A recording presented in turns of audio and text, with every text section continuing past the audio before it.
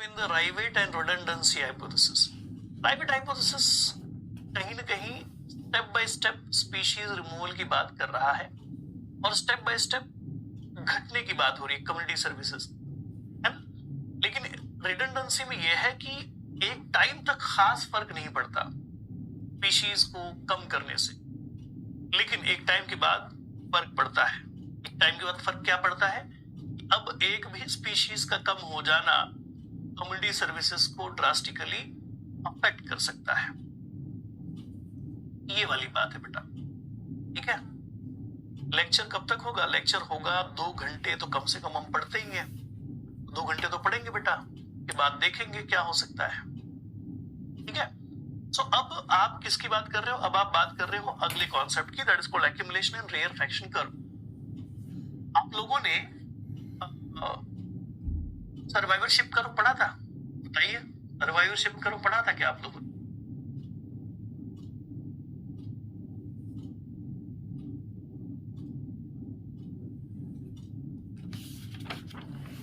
जी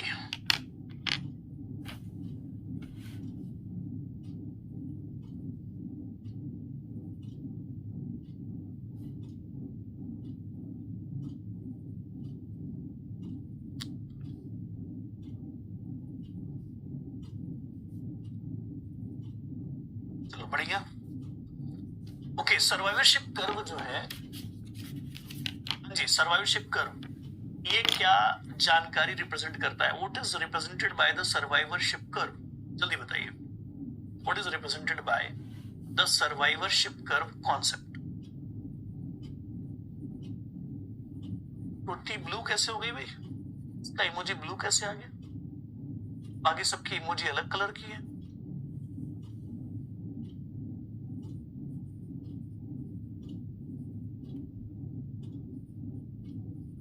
emoji change करने का option है क्या?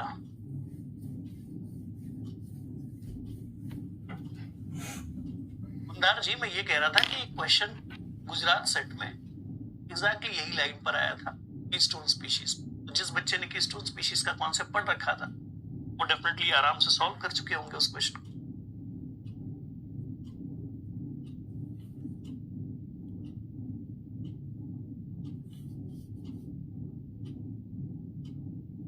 नहीं भाई, सर्वाइवरशिप कर्व क्या रिप्रेजेंट करता है मुझे पहले ये समझाओ जल्दी जल्दी, क्योंकि बहुत जरूरी है। एज स्पेसिफिक सर्वाइवर किसी एक पॉपुलेशन की जो सर्वाइवरशिप पैटर्न है वो रिप्रेजेंट करता है ना, वही रिप्रेजेंट करता है। तो ये जो रिप्रेजेंटेशन देता है कौन? Survivorship curve.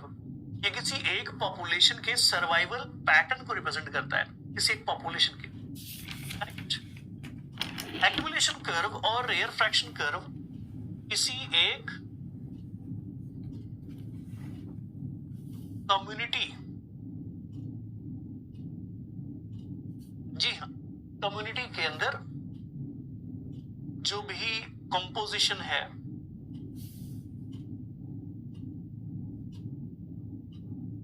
या फिर आप कह सकते हो वहां पर स्पीशीज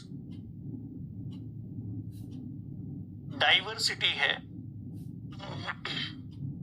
इस बात को रिप्रेजेंट करता है। कम्युनिटी की कंपोजिशन या स्पीशीज डाइवर्सिटी को रिप्रेजेंट करता है।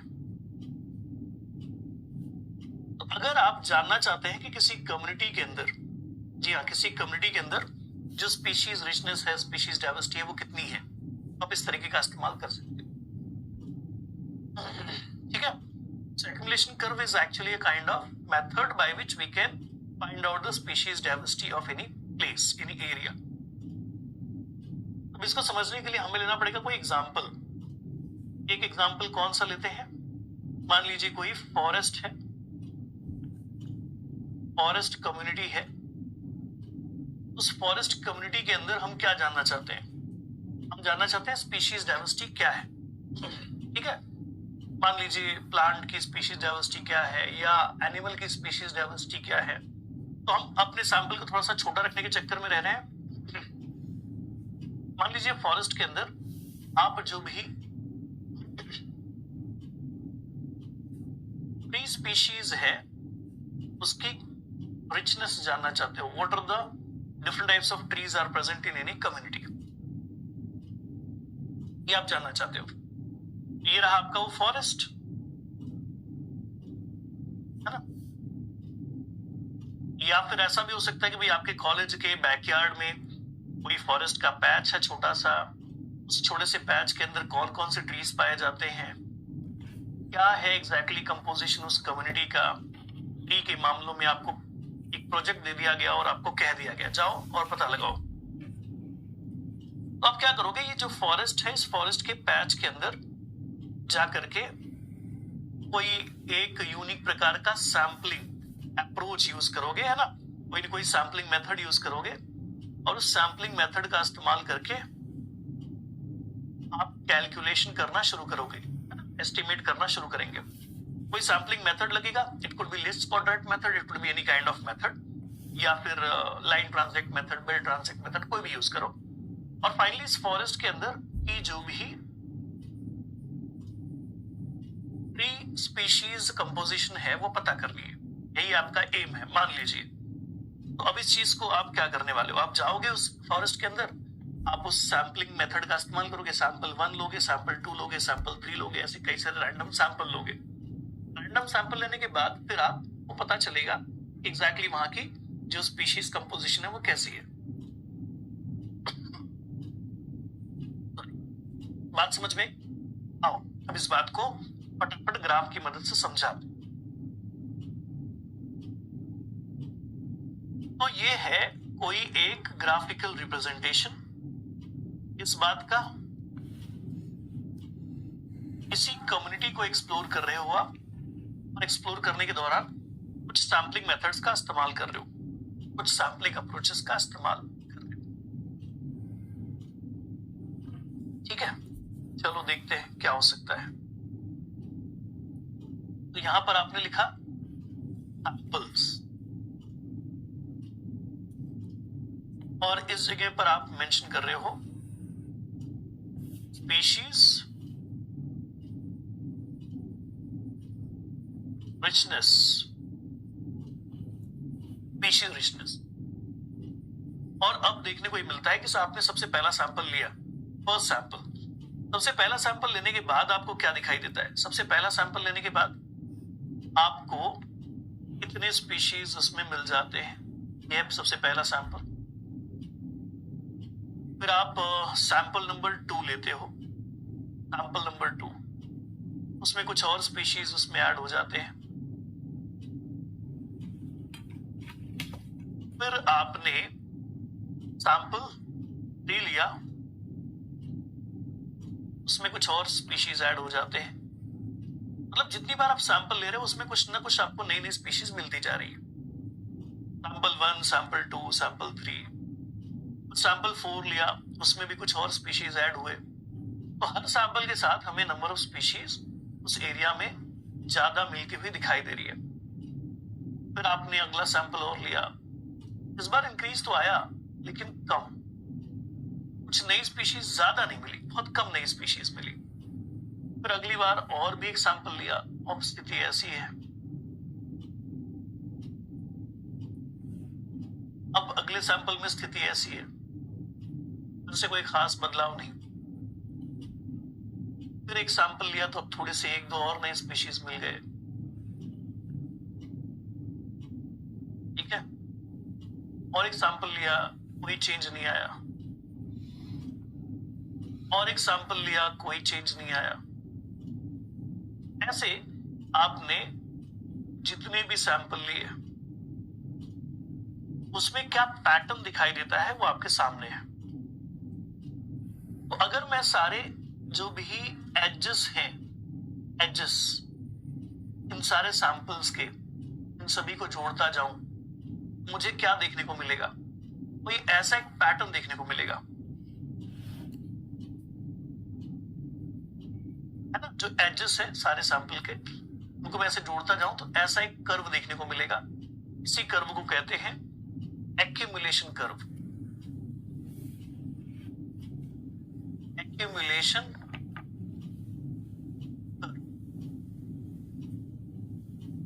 अब ये जो एक्यूमुलेशन कर्व है ये देखने को मिलता है कि आपको क्या बता रहा है, ये आपको बता रहा है कि what is exactly the condition you can observe during the और व्हाइल स्टडिंग द डाइवर्सिटी। जितने जितने आप सैंपल लेते गए तो शुरुआत में बहुत तेजी से चेंज आ रहा है। यहाँ पर जो स्पीशीज का नंबर इंक्रीज हो रहा है इस वाली जगह पर काफी तेजी से हो रहा है। मिडल में अब स्पीशीज के नंबर में इंक्रीज हो तो रहा है लेकिन अब ये थोड़ा सा स्लो रेट से हो रहा है, और यहाँ पर अब स्पीशीज के नंबर में इंक्रीज नहीं हो रहा है। इस फेज को कहते हैं सैचुरेशन फेज, है ना। लास्ट में सैंपल के अंदर अब नई स्पीशीज नहीं मिलने का कारण क्या है? ऐसा क्यों हो रहा है कि लास्ट में अब ग्राफ ऊपर नहीं जा रहा है? हम कितने भी सैंपल ले लें, क्या वजह है बताओ? कितने भी सैंपल ले लें अब ग्राफ ऊपर नहीं जाएगा, इसकी वजह बता दो, रीजन क्या है ये बताओ।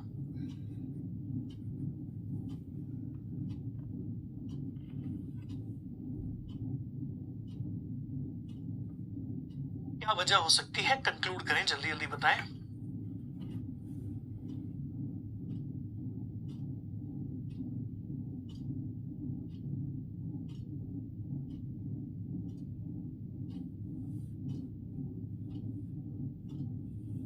ये क्या होता है भाई? के आप बेटा पॉपुलेशन इकोलॉजी नहीं पढ़ रहे हो, अब आप कम्युनिटी में हो, अब आप कम्युनिटी में हो। कैरिंग कैपेसिटी ये सब बातें अलग रखो, अलग पॉइंट ऑफ व्यू से सोचो। यहां तो आप सैंपल ले रहे हो ना, सैंपल नहीं समझे। इसी एरिया में कितने अलग अलग तरीके स्पीशीज है मुझे जानना है। शुरुआत में पहला सैंपल लूंगा तो मुझे सारे नए मिलेंगे क्योंकि इसके पहले तो कोई जानकारी है नहीं। हो सकता है दूसरे सैंपल में और कुछ नए मिल जाए, हो सकता है तीसरे सैंपल में और कुछ नए मिल जाए, क्योंकि अभी उस एरिया को हमने एक्सप्लोर ही नहीं किया है।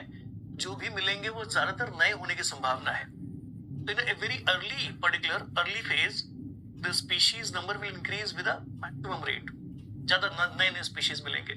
मिडल में आने पर धीरे धीरे क्यों बढ़ता है? बिकॉज अब ज्यादातर स्पीशीज नोन है, अब नए स्पीशीज बहुत कम ही मिल रहे हैं, और लास्ट में ऐसा होगा कि अब नई स्पीशीज है ही नहीं। अगर सैचुरेशन फेज आ गया इसका मतलब अब उस कम्युनिटी में कोई नई स्पीशीज है ही नहीं। आपने सब गिन लिया, सारे मिल गए आपको, सारे स्टडी कर लिया आपने, ठीक है।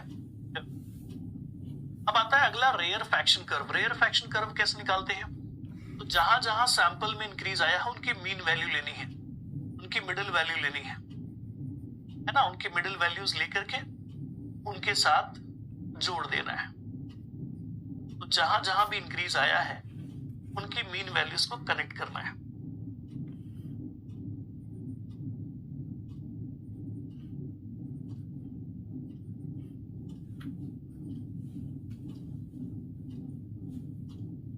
तो अब ये जो कर्व निकल रहा है, जो कि लेफ्ट साइड से राइट साइड की तरफ आप ड्रॉ कर रहे हो, लेफ्ट टू राइट, सॉरी इसके बारे में कहा जाता है it is right to left आता है,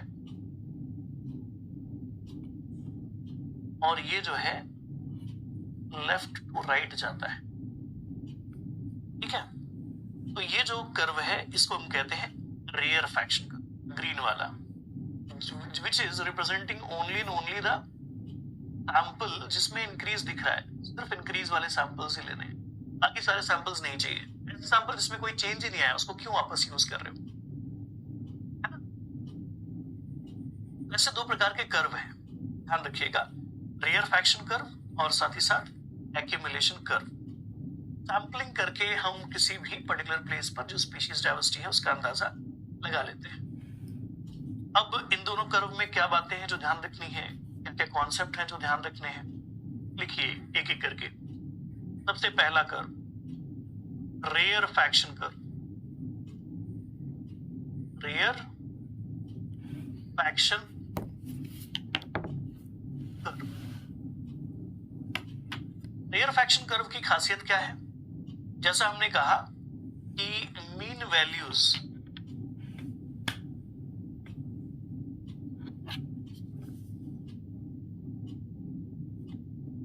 के ऊपर बेस्ड होता है ये curve,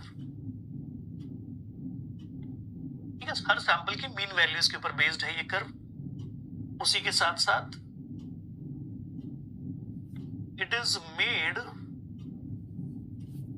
bye removal of samples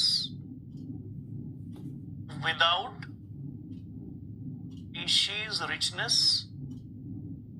change. जहां पर स्पीशीज रिचनेस में कोई चेंज ही नहीं आया उन सभी को हटा दिया जाता है। नेक्स्ट, ऑलवेज स्टडीड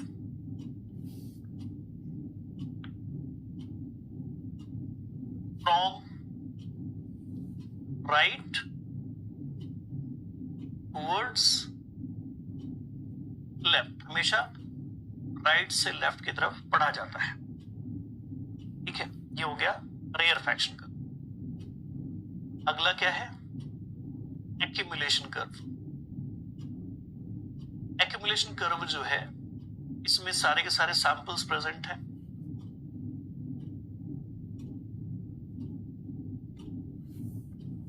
ठीक है, सारे सैंपल प्रेजेंट हैं।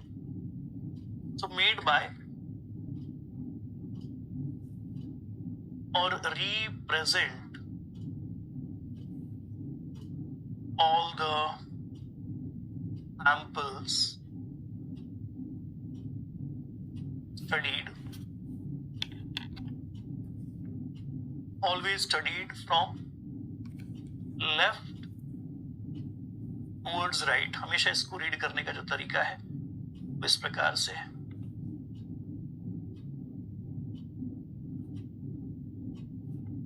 And this is about the both the type of curve, accumulation curve है, रेयरफैक्शन।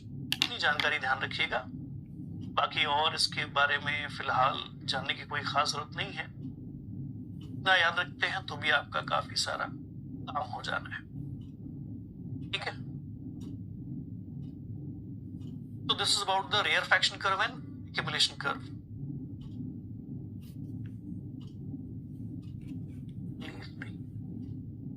लीफ लिख दिया क्या मैंने?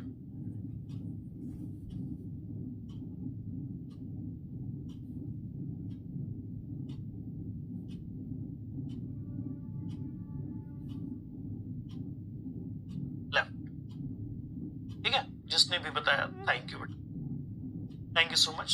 और ऐसा होता है, आज के लिए बहुत हुआ। Rarefaction curve, second point, with और विदाउट।